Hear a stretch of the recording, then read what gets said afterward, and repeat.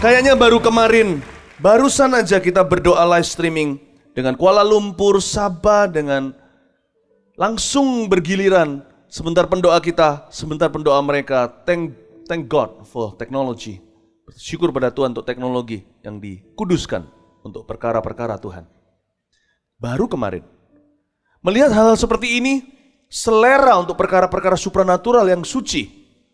Bukan perkara-perkara supranatural yang dari seberang sana atau dari kuasa kegelapan. Tetapi yang kudus dan dikuduskan. Yang lahir dari kuasa kebangkitan. Harus meningkat di dalam dada. Kita sebagai gereja mulai malas berdoa kalau kita tidak punya ekspektasi untuk perkara supernatural terjadi. Sedangkan Ibrani 11 mengatakan bahwa orang-orang yang mencari Tuhan, sekalipun Tuhan gak kelihatan, karena Tuhan mengadakan yang ada dari yang tidak ada, harus percaya bahwa Tuhan itu ada dan Tuhan memberikan upah kepada barang siapa yang mencarinya. Kalau kita mengharapkan perkara ilahi terjadi, bukan hanya waktu ada FKA atau kuasa kasihnya, tetapi sehari-hari, maka kita pasti akan rajin saat teduh, karena kita tahu Tuhan itu gak kelihatan. Allah itu roh, di mana ada roh Allah, di situ ada kemerdekaan. Selera untuk perkara-perkara ilahi harus muncul di dalam diri kita. Gereja yang mulai kehilangan itu, mulai kehilangan kasih mula-mula. Mulai kendor kerajinannya. Biarlah rohmu menyala-nyala dan layanilah Tuhan tidak lagi menjadi kenyataan. Kita mesti berdoa untuk supernatural growth. Pertumbuhan rohani, pertumbuhan supranatural dalam segala sesuatu yang kita lakukan. Kita harus berdoa agar anggota keluarga kita diubahkan. Bukan cuma sekedar berubah sedikit-sedikit pelan-pelan, tapi transformasi, saudaraku. Karena ada perkara-perkara yang tidak kelihatan inilah, kita mencari yang tidak kelihatan, itu namanya Tuhan. Saya bersyukur untuk setiap tantangan dalam hidup ini, termasuk setiap permasalahan, karena itu mendorong saya ke lutut saya untuk berdoa. Kalau segala sesuatu saya bisa beli dengan uang, segala sesuatu bisa saya usahakan sebagai manusia, saya nggak perlu Tuhan lagi. Makanya itu orang benar akan hidup oleh iman. Karena sebagian besar dalam hidup ini tidak kelihatan. Manusia diciptakan tidak bisa jauh daripada penciptanya. Manualnya begini, doa. Doa itu nafas kita. We have to pray. Kalau enggak, kita mulai menjadi organisasi, kita mulai menjadi sebuah program. Karena itu saya percaya kesembuhan ilahi sekalipun di mana-mana ada rumah sakit di kanan kiri. Berapa banyak orang mati di rumah sakit? Coba jujur jawab. Tapi kalau orang mati setelah ikuti kebaktian kita, itu menjadi tawaan, menjadi dakwaan oleh setan melalui orang-orang dunia.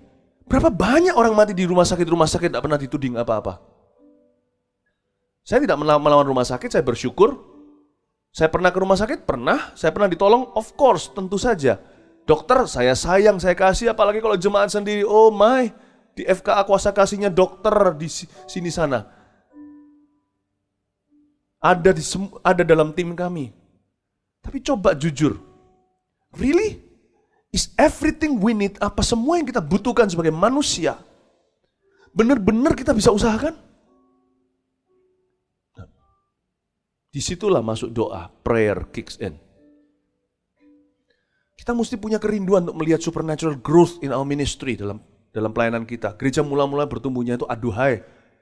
Itu bukan 100%, 200%, 1000%. 100 kali ganda itu bukan persen, itu ganda. Kuadrat 120 once upon a day, suatu hari. Dalam waktu tidak sampai 24 jam, dalam waktu sebentar saja, just one preaching 120 menjadi 3.000. 3.000. Naik 2.880. Makanya hari itu dikatakan jumlah mereka menjadi 3.000 itu termasuk inklusif 120, berarti 2.880 tambahannya jiwa-jiwa. Kalau kita kan pelan-pelan nambah 50, nambah lagi 100, nambah. I wanna see. Cuman waktu itu memang mereka akhirnya kelabakan karena mereka bertemu di Serambi Salomo. Belum ada gereja dengan gedungnya. Karena itu mereka bertemu di rumah-rumah. Bukan karena mereka tidak mau ibadah. Karena memang tidak ada tempat ibadah. Tapi kalau di mana ada kemauan, di situ ada jalan, bukan? Terjadi keajaiban. Dana juga sama. FKA tidak pernah minta dana kanan kiri. Pernahkah Anda dimintai? Kalau pernah ada 1-2, itu hanya karena memang sudah ada pertemanan sebelumnya, bukan dengan saya. Tidak pernah. Tidak pernah. Boleh saya katakan hari ini ya, hari ini sebagian besar kebutuhan FKA today in the afternoon sudah tertutup. Kasih tepuk tangan untuk Tuhan. Itu pun tidak saya duga. Hari ini kita mau doa hari Jumat, Tuhan gerakkan malaikat. Mentransferkan sesuatu dari bumi ke sorga dalam bentuk jiwa-jiwa. Dana sudah diterima, boleh dikatakan demikian. Gak pernah saya minta. Gak pernah, bahkan orang gak tahu rekeningnya di mana. Rekening FKA tahu di mana? Gak tahu. I believe, saya percaya dengan 2 koin emas yang masih ada di mulut sebuah ikan, seekor ikan. Kalau Tuhan berkata, aku mau memberkati pelayananmu atau memberkati pekerjaanmu, memang lewat pekerjaanmu juga, karena kamu adalah seorang penjala ikan, alias nelayan, ya kan? Tapi bukan karena engkau jual ikan itu 1 atau per kiloan, meskipun lewat profesimu, tapi dana akan muncul dari berkatku. Memang lewat ikan, tapi itu ikan bisa punya 2 koin emas untuk bayar pajaknya Tuhan Yesus dan pajaknya murid-muridnya juga untuk bait Allah. Amazing, luar biasa loh. Itu termasuk pajaknya, berarti termasuk semuanya. Kalau bisa bayar pajak berarti sudah bisa menutup kebutuhan plus mengembalikan. Itu suatu hari di sebuah sungai, sebuah laut, waktu Yesus berkata begitu. Gak tahu itu koin ada di bawah itu, mana ada nelayan sekaya itu. Jatuhkan koin, itu koin dari mana coba pikirkan. Saya gak pernah ngerti. Itu koin ya, kalau masuk akal gak? Itu di dalam dasar lautan Galilea atau danau itu. Yang pernah ke sana tahu. Itu koinnya itu dari mana? Masa nelayan? Zaman itu belum ada turis. Kalau turis mungkin jatuh kameranya. Ya rusak lah ya kalau jatuh, kecuali yang kedap air. Atau jatuh dompetnya. Tapi waktu itu zaman nelayan. Itu belum menjadi turisme, itu zaman Yesus. Siapa yang cemplungkan koin itu? Dan kalaupun masuk ke dalam, itu ikan gak akan ngambil. Kok bisa ada ikan satu yang iseng, sekali telan bukan 1 tapi 2, itu ikan bodoh sekali. Sekali telan harusnya dia minta minum air kan, meskipun dia sudah dalam air. Kan pasti seret ini habis minum makan koin. 2 lagi, berarti dia repeat order, makan sekali lagi. Dari seluruh ikan begitu banyak di danau, Petrus lemparkan bukan jala, 1 kait. Kok bisa dari jutaan ikan di dalam yang punya koin itu yang berebut masuk sebelum ikan lain terkait dipancingnya. Seolah-olah ikan itu punya mandat, kamu danai Yesus. Amazing. I want to see supernatural. Saya ingin melihat perkara supranatural dalam pekerjaan saya, dalam finance keuangan saya. Saya tidak percaya Injil kemakmuran. Saya nggak perlu Injil kemakmuran. Allahku baik, itu cukup. Allah akan mencukupi kebutuhanmu menurut kekayaan dan kemuliaannya di dalam Yesus Kristus Tuhan. Saya nggak perlu Injil kemakmuran, ikut Yesus jadi kaya, ikut Yesus bisa jadi apa. Nggak perlu. Ikut Yesus, Yesus nggak akan lepaskan saya. Itu cukup bagiku. I want to see, saya mau lihat. Karena itu sebelum kita ke kantor, ke toko, kemana, usaha kita, berdoalah, carilah wajah Allah. Jangan seperti orang-orang dunia, pikirannya belum diperbaharui oleh firman Allah. Bisnis, mana Tuhan bisa lakukan sesuatu? Bisnis harus lihainya kita, harus berdasar koneksi kita. Ekonomi tidak di tangan manusia, di tangan Allah. Ahli ekonom pun sekarang pusing botak semua. Semua prediksi mereka gagal semua. Berapa banyak toko sekarang gerai seperti Kmart apa segala yang tutup. Brand name apa, siapa tahu gerakan zaman ke arah mana, hanya Tuhan. Tapi orang benar tidak akan ada masa pacekliknya. Saya tidak tawarkan Injil kemakmuran, saya tawarkan iman. Believe, percayalah pada pemeliharaan Allah. God is amazing. Hari ini Festival Kuasa Allah merupakan sebuah kesaksian bahwa Tuhan yang pelihara. Seriously. Ini FKA yang ke-25, saya nggak bisa pikirkan 25 mujizat besar Allah. Kok bisa ya sampai 25 angkanya? 25 kota mungkin lah. 25 gebrakan besar yang terjadi seperti kolam Bethesda. Berdoalah, jangan anggap remeh Tuhan. Sekalipun Anda nelayan, Nelayan itu kan kodenya begini mandatnya. Dapat ikan dijual kiloan.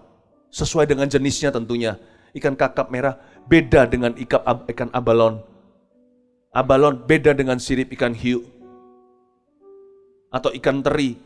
Beda juga dengan ikan yang lainnya. Bapak Ibu Saudara, mandatnya adalah jual kiloan sesuai dengan jenis ikan. Tuhan enggak, di dalam ikan itu aku melalui profesimu, tapi bukan profesimu yang akan menghidupimu, tapi berkatku.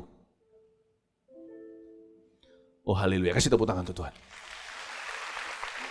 Saya kasih dulu aplikasinya buat khotbah saya sebelum saya masuk ke kuasa kasihnya dan festival kuasa Allah. Karena Anda datang sini juga harus makan rohani.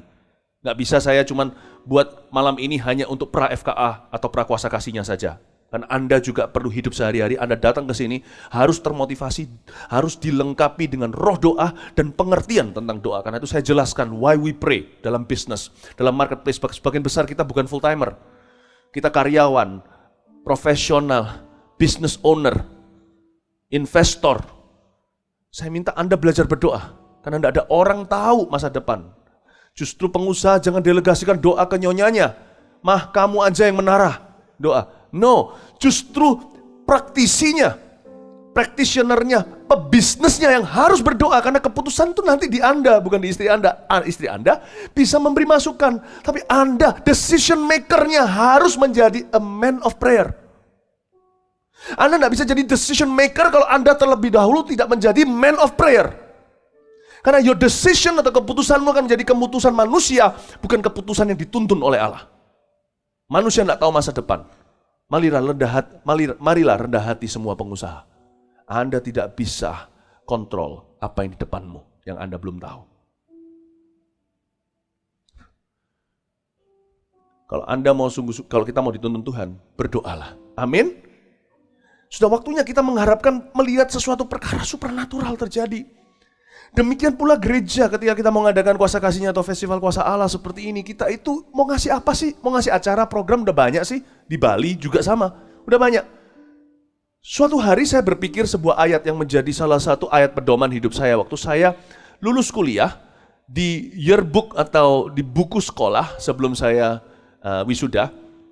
Disuruh difoto kan, setelah foto setiap mahasiswa disuruh kasih satu ayat. Saya juga, karena saya di sekolah Alkitab, jadi kita kasih ayat.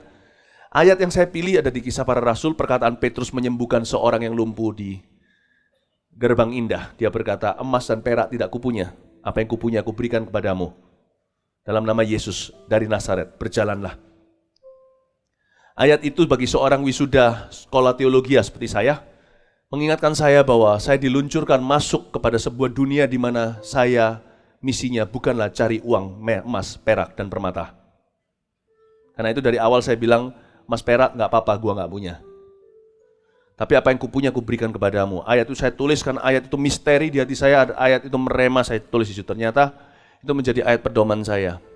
Tapi tidak sampai tahun-tahun yang akan datang ketika iman saya mature atau mulai menjadi dewasa, baru saya mengerti kepenuhan ayat itu. Ternyata ayat itu bukan ayat kesembuhan.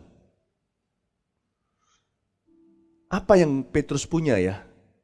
Yang alhasil menyembuhkan si lumpuh itu. Bapak Ibu Saudara, kalau ada satu orang pegang tiang, lalu dia mati, tiang itu tidak membunuhnya. Listrik yang ada di dalam tiang itulah yang membunuhnya. Waktu Petrus bangkitkan dia, Petrus tidak sembuhkan. Petrus beri dia sesuatu, dan sesuatu itu yang menyembuhkan dia. Apakah itu? Sampai tahun-tahun ke depan saya baru mengerti bahwa pelayanan itu bukan program. Ministry itu bukan, dan juga pelayanan firman itu bukan ceramah. Bedanya dia di mana ceramah? Ceramah nggak ada bedanya dengan orang jual obat atau dibutuhkan pinter bicara. Ada orang kalau pinter bicara dikit ya, lalu ada teman-temannya di sekelilingnya mulai bercanda. Wah, kamu ini memang punya potongan jadi pengkhotbah. Siapa hubungannya seorang pengkhotbah diurapi dengan orang yang pinter ngomong? Gak ada. Gak ada. Musa itu gagap. Itu hasil daripada dia kena sentilan surgawi. Kalau Anda adalah papa mama saya, Anda tahu saya ini lawyer atau anak nomor 2 dari kami bertiga, saya yang paling gak bisa berdiri di depan orang. Ini adalah efek sampingnya. Kalau ada orang minum satu obat lalu dia ngantuk, itu bukan obat tidur. Itu mungkin obat batuk tapi ngantuk, tapi efek sampingnya ngantuk. Jangan Anda nilai apa yang kami miliki berdasarkan efek sampingnya. Kami bisa bicara. Seorang pengkhotbah yang diurapi beda dengan motivator. Itu urapan Tuhan, jadi bukan karena itu, tidak ada hubungannya. Tidak ada hubungannya. Jadi pelayanan firman juga bukan seperti orang jual kata-kata, pandai bicara. Lain saudara. Saya kira saya ini bisa berdiri di depan crowd seperti ini. Tapi ternyata kalau crowd ini bukan dalam misi untuk yang saya emban, saya nggak bisa loh. Saya tetap ternyata masih gugup. Saya masih ingat pernikahan daripada Pastor Samuel dan Pastor Lani. Waktu itu di salah satu restoran, lalu setelah itu saya disuruh oleh MC dipaksa karena menghargai mereka, saya disuruh naik ke atas nyanyi mempersembahkan lagu. Kan di lagu-lagu pujian sih, tapi saya disuruh nyanyi. Tapi nyanyi saya tahu itu performa. Saya gugup setengah mati, kalian masih ingat nggak? Masa saya nyanyi sambil membelakangi pengunjung.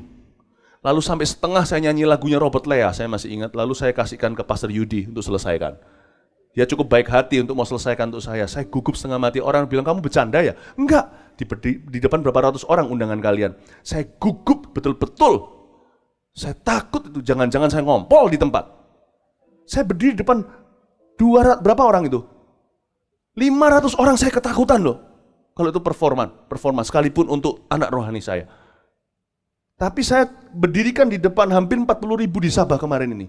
Sedikit pun tak ada bulu kuduku yang berdiri. Mau di depan ratusan ribu saya berdiri, saya berani. Ternyata saya tahu itu efek sampingnya. Bukan karena saya ini bisa di depan orang maka saya jadi seorang publik figur berkhotbah. No, tidak ada hubungannya. Hati-hati kalau Anda mengira ministry adalah talenta. No, ministry is anointing.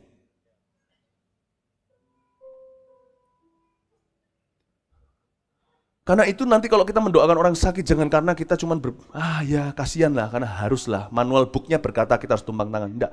Kalau Anda tidak terbeban, Tuhan tidak akan alirkan. Tapi kalau Anda terbeban, siapapun Anda, ibu rumah tangga, tidak pernah dilatih tentang kesembuhan, tidak pernah ke sekolah Alkitab, tidak tahu teologi, nggak tahu apa, nggak apa-apa. Anda jamah orang itu berdiri. Ministry is calling, ministry is passion, ministry is burden, ministry is vision, ministry is anointing.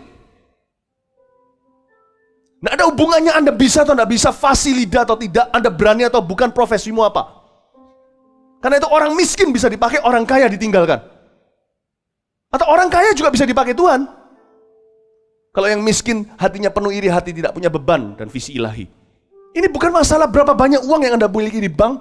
Ini bukan masalah tentang siapa diri Anda, pendidikan Anda. Ministry itu supranatural. Kita cuma mengalir aja. Kalau kita tahu kalau seseorang mau disembuhkan, kalau contohnya kalau saya di hadapan orang yang sakit nih, dan orang itu disembuhkan, itu bukan karena Tuhan sayang saya, karena Tuhan sayang dia, mengalirkan kuasa lewat saya, karena saya yang terdekat dengan dia dan bersedia melayaninya, karena saya punya beban, saya ingin dia sembuh, Tuhan alirkan kesembuhan itu.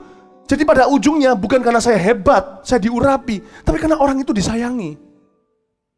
Kalau hari ini saya bisa berkhotbah menyampaikan firman yang jelas, apalagi berkuasa, itu karena Anda disayangi. Allah ingin Anda untuk bisa mengerti firman-Nya, Allah ingin firman-Nya mengubah Anda. Tuhan buat saya fasilida. Not me. Dan orang yang bisa berpikir demikian pasti dialiri oleh listrik surgawi. Nggak peduli Anda siapa, sekalipun anak kecil membawa 5 roti 2 ikan, pasti dipakai lunch atau makan siangnya. Pasti. Ministry start. Ministry itu supernatural yang dimulai dari hati. Sebuah hati yang terbeban dan ibah, yang ingin melihat orang lain diberkati. Itu ministry.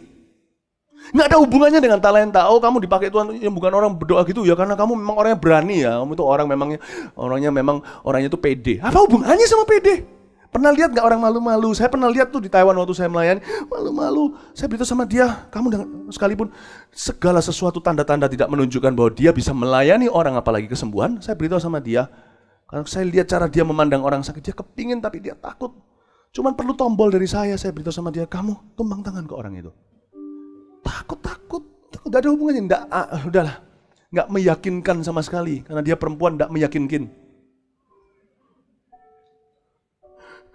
Dia takut, dia tumpang tangan, boom, langsung orang tuli mendengar.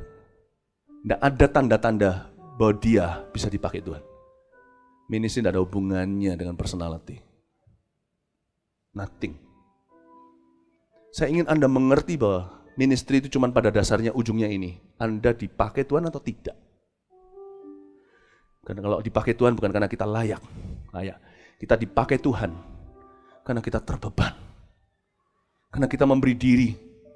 I'm not able but I'm available. Use me. Itulah sebabnya seringkali adalah nonsens orang berkata, aku belum siap. Nanti kalau siap aku dipakai Tuhan. Silakan siapkan diri sampai kamu mati. Tidak akan terjadi apa-apa dalam hidupmu. Ministry itu kini. Now Lord use me. Here I am, ini aku, apa adanya. Pakailah saya. I'm not quite there yet. Aku belum sampai sana. But use me anyway. Love me anyway. Pakailah aku, tetap pakailah saya. Sayangi saya. Cintai saya. Libatkan saya ya Bapa. Udah itu aja pelayanan itu. Amin Bapak Ibu Saudara. That's ministry. Lalu saya mulai mengerti ayat yang saya taruh di yearbook saya itu. Suatu hari saya sampai kepada satu ayat. Cerita tentang Petrus berjalan. Mirip dengan itu, semua dimulai dengan dia jalan dengan Tuhan. Lalu habis itu orang sembuh kan di Gerbang Indah. Lalu dia jalan lagi suatu hari. Terus ada bayang-bayang. Dan bayang-bayang dia menyembuhkan tuh siang hari. Berarti bukan malam kalau ada bayang-bayang, bukan? Itu orang-orang yang kena bayang-bayangnya itu sembuh. Sembuh. Orang kena bayang-bayangnya yang kesurupan setan dilepaskan, yang diganggu. Yang gila jadi waras. Yang kanker sembuh, zaman itu namanya bukan kanker. Yang kusta tahir dan sebagainya. Saya terpukau melihat ini bukan untuk gaya-gaya. Saya paham, wow Tuhan, kok bisa bayang-bayangnya dia menyembuhkan? Kok bisa orang seperti ini? Lalu tidurlah saya dengan Alkitab masih terbuka. Ini saya kasih pengalaman rohani saya. Saya ini seorang pemimpi, seperti Yusuf di Perjanjian Lama. Saya mimpi terus, tadi malam saya mimpi sesuatu tadi. Saya mimpi hal-hal yang dari Tuhan. Saya catat semuanya dengan detail. Every day, saya ingat mimpi saya catat. Saya punya diary mimpi saya satu-satu. Ini mimpi salah satu ini saya sebut sebagai the dream of all dreams, atau mimpinya segala mimpi.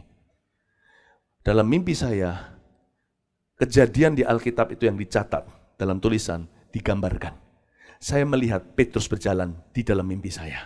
Itu orang-orang sembuh, itu seru luar biasa. Itu saya melihat orang kusta, anak bawa mama berdesak-desakan mendekat dan taruh. Karena tidak bisa mendekati dari jauh, ditaruh. Tapi karena bayang-bayangnya memanjang, kena juga dan anak itu sembuh. Anak yang mati bangkit. Saya melihat dalam mimpi saya banyak orang bangkit dari mati. Lalu habis itu ada suara lembut berkata, perhatikan bayangannya. Dan aku akan memberitahukan kepadamu apakah ministry itu sebenarnya. Karena pelayanan saya kira saya ngerti. By this time, waktu di menit berapa ada saya dalam mimpi itu, saya mengerti bahwa pelayanan itu kepada orang yang papah, orang yang menderita. Karena itu Injil disebut good news atau kabar baik. Kita harus cari kebutuhan untuk kita isi seperti minyak dan buli seorang janda. Kita harus cari kebutuhan. Orang muda butuh penerimaan, kita terima mereka. Makanya ada AOG, Army of God, youth group kita di sini. Sangat berkembang, karena kita percaya kepada anak-anak muda. Mereka bukan generasi yang dibuang, yang diremehkan di luar sana. Lu anak kecil, mana tahu, lu tahu apa. Di sini mereka hargai. Kita cari kebutuhan, kita isi. Orang-orang tua punya broken dreams, bukannya gitu? Karena anak-anak muda itu mendapat penglihatan, teruna-teruna, orang-orang anak-anak kecil mendapatkan nubuatan, bernubuat. Orang-orang tua kan bermimpi. Dan pelayanan pada orang tua adalah broken atau mimpi yang patah atau broken dreams. Di sini kami melayani, memberi firman yang membangun bagaimana membantu Anda untuk bisa pulih dalam panggilan Tuhan, untuk mengerti jalan Tuhan dan sebagainya. Ministry.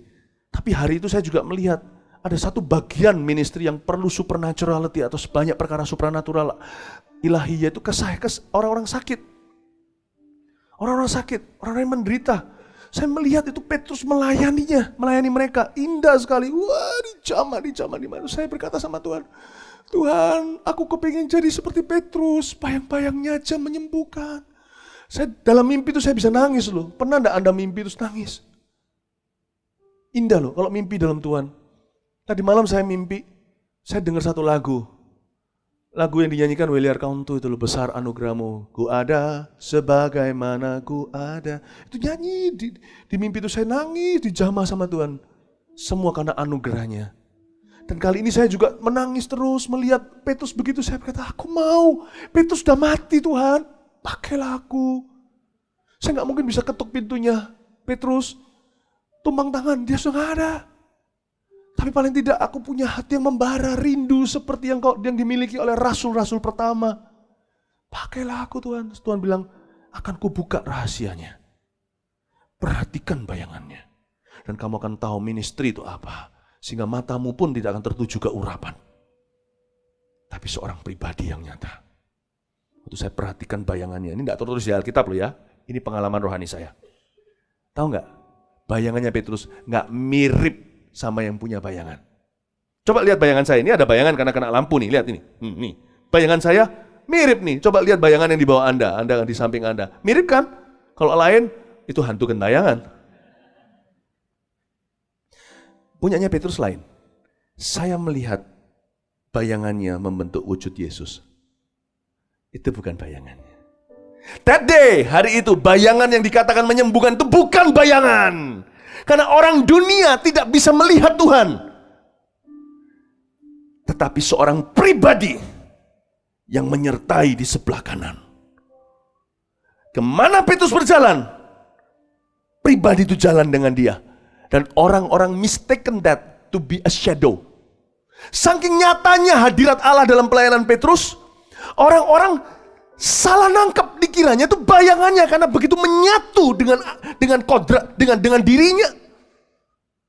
Orang kira itu bayangannya. No, it's not a shadow, it's Christ.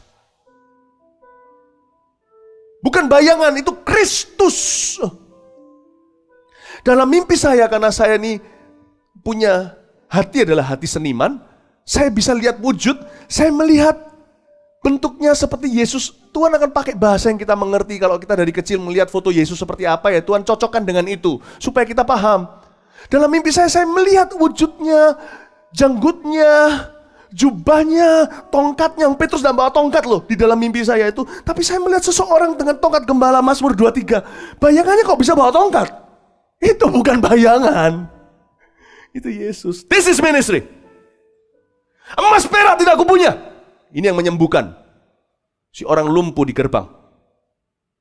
Apa yang kau miliki, ku berikan padamu. I give you Jesus. Wow. I give you Jesus. Petrus tidak habiskan itu kalimat karena menjadi khotbah ketika diserambi, ketika orang itu melompat-lompat masuk bait Allah. Sehingga ribuan orang terima Tuhan. Jumlah mereka menjadi 5.000 saat itu. Dalam khotbah itu Petrus berkata, what I have is not a what, is a who. Apa yang kumiliki bukanlah apa tetapi siapa. Aku punya Yesus. Inilah pelayanan Petrus. Dia tidak nawarkan kesembuhan, dia tidak nawarkan keselamatan, dia tidak nawarkan kelepasan, dia tidak nawarkan kemakmuran. Dia tawarkan Yesus, yang Yesus menyembuhkan, Yesus menyelamatkan, Yesus melepaskan, Yesus memelihara. Kasih tepuk tangan bagi Tuhan. Everything is Jesus dari A sampai Z. Dari asyirnya, kalau kita ngasir orang jangan cuma kasih smile. Smile Anda harus dari Yesus di hatimu. Beri mereka Yesus. Welcome. Seolah-olah Yesus yang keluar dari tubuh Anda, melalui tubuh Anda, masih di tubuh Anda, ingin rangkul mereka. Tapi jangan dipeluk, nanti risih, mereka nggak tahu Anda itu siapa. Dan Anda cuma berkata, wow, inginkan kehadiran mereka. Di ibadah, di FKA atau apa, inginkan, wow, welcome. Welcome. Beri mereka Yesus. Impresi pertamanya Yesus waktu bertemu dengan mereka ketika mereka memasuki ibadah yang kau silahkan mereka ke dalamnya. PAW juga sama, Anda tidak mempersembahkan lagu, musik, Anda berikan Yesus kepada mereka. Lewat musik dan lagumu. Khotbah juga sama, lewat kata-kata saya, lewat kata-kata kita. Kita sampaikan semua adalah Yesus. Gak boleh ada bahasa Surabaya, gak boleh ada yang buah. Gak boleh ada yang tersisa nih makanan. Ayam aja kita sayangkan kok. Dari dada sampai paha, sampai bulunya jadi kemucing, tulang pun enggak. Pokoknya apalagi ayam yang lunak, pokoknya ayam itu enggak ada yang buah, enggak ada yang sisa. Ini Yesus loh. Kalau khotbah jangan sisakan. Sedikit pun kata iseng, sekalipun kita bisa bercanda hanya untuk koneksi, karena manusia terbuat dari daging juga, karena rohnya penurut, dagingnya lemah. Kadang-kadang kita bercanda, kadang-kadang kita santai, kata-kata kasih ilustrasi, karena manusia harus menyerapi. Tapi lihat ujungnya, bukan stylenya. Ujung sampai ujung itu harus J-E-S-U-S, Jesus. I preach nothing but Jesus. Detik di mana Yesus diambil dari mulut saya untuk saya khotbahkan, saya akan tinggalkan public spotlight. Saya tidak akan jadi motivator, penceramah. Saya akan kembali seperti Philip yang berdiri di depan 30 orang dan ketakutan. Karena apa yang saya lakukan sekarang di depan ini nggak ada hubungannya dengan personality dan talenta. Nggak ada sama sekali. Ada selaput yang menutup. Ketika dia dibuka dan saya tahu saya pakai cawat, saya telanjang, saya akan ketakutan, grogi, dan tidak bisa selesaikan perkataan dengan benar. Dan mungkin gagap, dan mulai gagap gempita, tidak tahu itu dicampur baur kata itu. Saya mulai kegelap, tidak tahu mau hilang 1001 kata. Saya mulai grogi dan ketakutan. Tuhan jangan angkat selaput itu. Selaput itu namanya salibnya, salibnya selama mulia, dosaku disucikan oleh darah Yesus. Salib itulah selaput saya. Membuat saya tidak bisa lihat Anda sekarang dengan jelas. Karena itu Pak Paulus berkata, satu hal yang ku tahu, aku tidak mau tahu apa-apapun di antara kamu kecuali Kristus dan Kristus disalibkan. Maksudnya apa?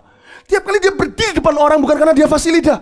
Dia lihat salib dan dia jadi marah dengan setan. Dia lihat salib dan dia menjadi orang yang gegabah dalam iman. Dia melihat salib yang harus diberitakan, yang harus dipikul oleh seseorang, yang harus menyembuhkan seseorang. Dia jadi berani seperti singa dari Yehuda. Salib itu membuat saya juling selamanya, tidak bisa melihat diri saya di dalam khalayak ramai ini. Saya akan melihat Kristus dan bagaimana Kristus bisa menancap salib itu dalam hati dan dadamu. Itulah sebabnya sekarang saya jadi berani gini kalau berbicara. Jangankan cuma segini, kasih saya jutaan orang depan saya, bulu kuduku satu pun tidak akan berdiri. Kecuali Roh Kudus lewat, dia akan berdiri semua. Ambil salib itu, saya jadi ingat, ternyata saya telanjang pakai cawat. Saya sadar diri, jadi grogi. Apa hubungannya ministry dengan personality? Tak ada. Bapak Ibu Saudara, tidak ada hubungannya.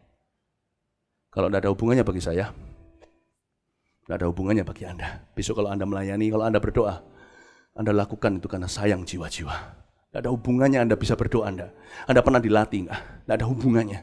Orang kalau haus, lapar, kalau sudah putus asa, dia bisa teriak. Siapa aja bisa teriak. Anda kalau doa, Anda tahu menata kata-kata, teriak saja sama Tuhan. Selamatkan jiwa-jiwa. Seluruh sorga paham maksud Anda. Jangan pernah jadikan alasan kemampuan sebagai penghalang atau tidak mampu sebagai penghalang kita melayani. Ministry sesederhana ini. I give you Jesus. Just that. Itu aja. Amin Bapak Ibu Saudara. Amin. Apapun yang kau lakukan, jadikan ayat itu pedoman. Emas perak tidak kupunya.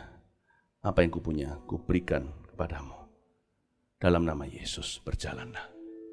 Dan ini bahkan bukan khotbah saya sekarang. Ini hanya intronya.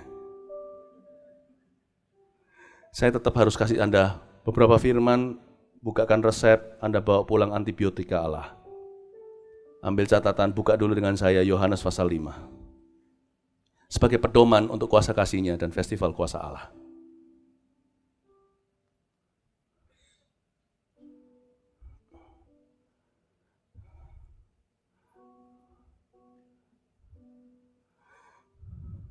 Saya khotbahkan Yesus sampai kata Yesus merusak Alkitab saya. Lihat Alkitab saya sudah copot semuanya.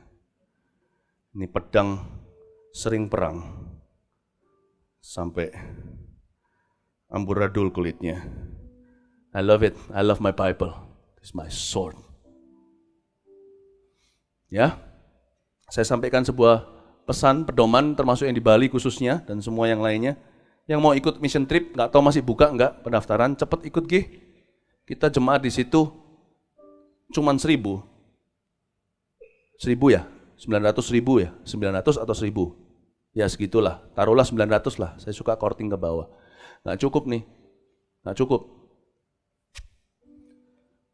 Karena nanti yang datang kalau yang di Sabah begitu gimana? Puluhan ribu orang. Nggak cukup. 1000 plus kita yang datang berapa ratus. Ayo kalau yang belum punya acara pun sisihkan, ayo ke Bali. Ke Bali bukan untuk kesembuhan Anda saja, untuk orang lain yang lebih membutuhkan. Let's go for ministry, ayo kita pelayanan di situ. Dibutuhkan Anda untuk membantu ya. Angkat kursi juga jadi, apapun lah.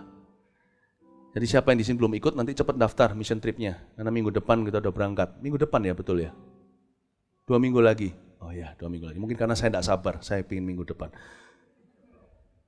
Saya kasih ini sebagai pedoman ya. Untuk FKA Bali ini adalah firman pra FKA-nya. Simpel aja, Yohanes 5 ayat 19 sampai 21. Ini adalah kesaksian Yesus tentang dirinya. Maka Yesus menjawab mereka, katanya, aku berkata kepadamu, sesungguhnya anak tidak dapat mengerjakan sesuatu dari dirinya sendiri. Jikalau tidak, ia melihat Bapa mengerjakannya. Sebab apa yang dikerjakan Bapa itu juga yang dikerjakan anak. Sebab Bapa mengasihi anak dan ia menunjukkan kepadanya segala sesuatu yang dikerjakannya sendiri. Bahkan ia akan menunjukkan kepadanya pekerjaan-pekerjaan yang lebih besar lagi daripada pekerjaan-pekerjaan itu sehingga kamu menjadi heran. Sebab sama seperti Bapa membangkitkan orang-orang mati dan menghidupkannya, demikian juga anak menghidupkan barang siapa yang dikehendakinya. 3 ayat saja 19 sampai 21. Dan perikop firman ini spesial karena persis setelah penyembuhan pada hari Sabat di kolam Bethesda. Lewat pembicaraan dengan beberapa dokter yang cinta Tuhan, saya menemukan sesuatu yang biasanya tidak digembor-gemborkan oleh dunia medis, yaitu banyak terjadi, tidak tahu sesering apa, tapi sudah tidak pernah terjadi dan berkali-kali terjadi yang namanya keajaiban medis. Ini yang saya sebut Yesus menyembuhkan tetapi tidak memberitakan. Jadi kesembuhan diterima hanyalah badan. Yaitu tiba-tiba orang sudah koma, lalu tiba-tiba sudah koma nih, udah tinggal meninggal dunia, bangun lagi, sembuh seger. Ada lagi orang yang kondisinya parah, tiba-tiba bersih dari semua unsur-unsur penyakit. Bayi yang harusnya prematur sekali, harusnya mati, tiba-tiba bisa bernafas lagi. Lanjut sampai sekarang sudah besar lagi.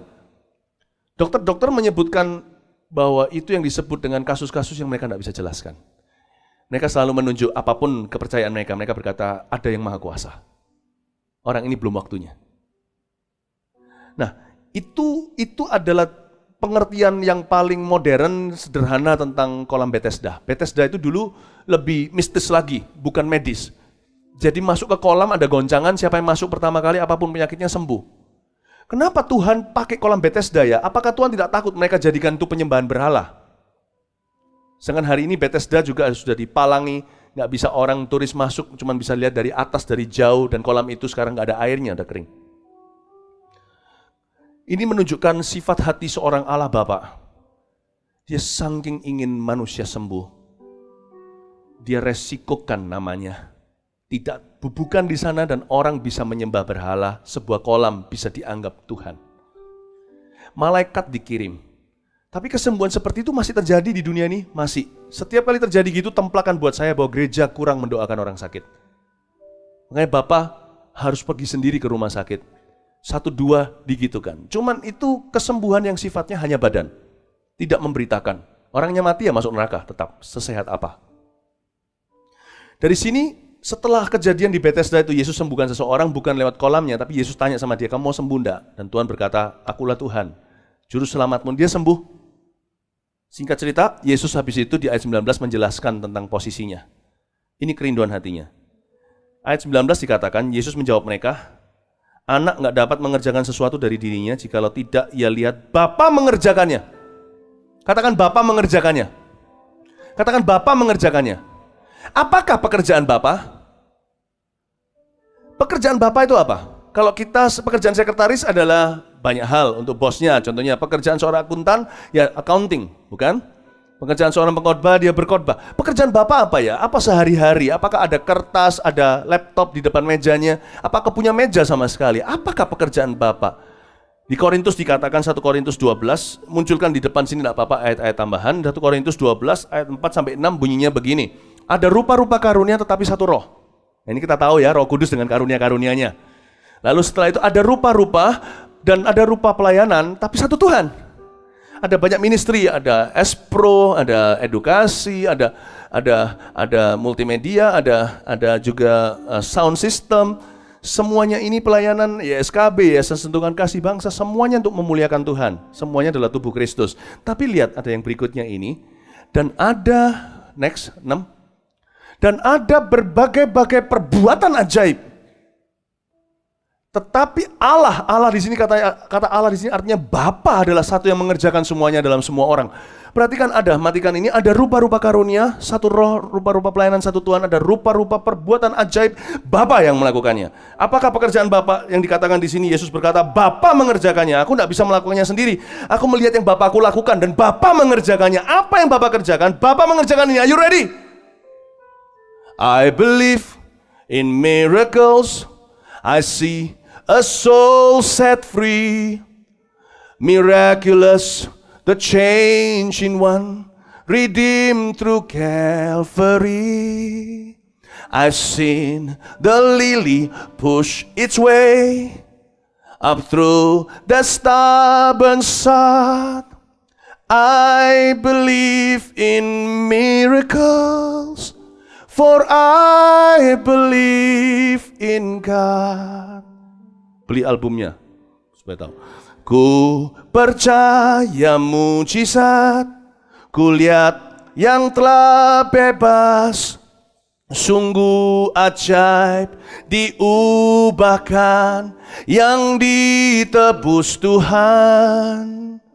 Ku lihat bakung yang berkembang di padang yang gersang.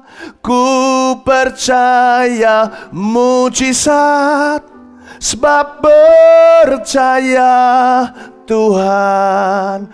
Ku percaya mujizat, sebab percaya Tuhan. Apa yang dikerjakan Bapa? Mujizat. Katakan mujizat. Ada banyak perbuatan ajaib, satu Bapa yang melakukannya. Ada banyak karunia, satu roh. Banyak pelayanan, satu Tuhan. Banyak perbuatan ajaib, miracles. Apa yang terjadi di rumah sakit disebut sebagai keajaiban medis. Bukan keajaiban medis, itu perbuatan ajaib Bapa tanpa membubuhkan nama anak.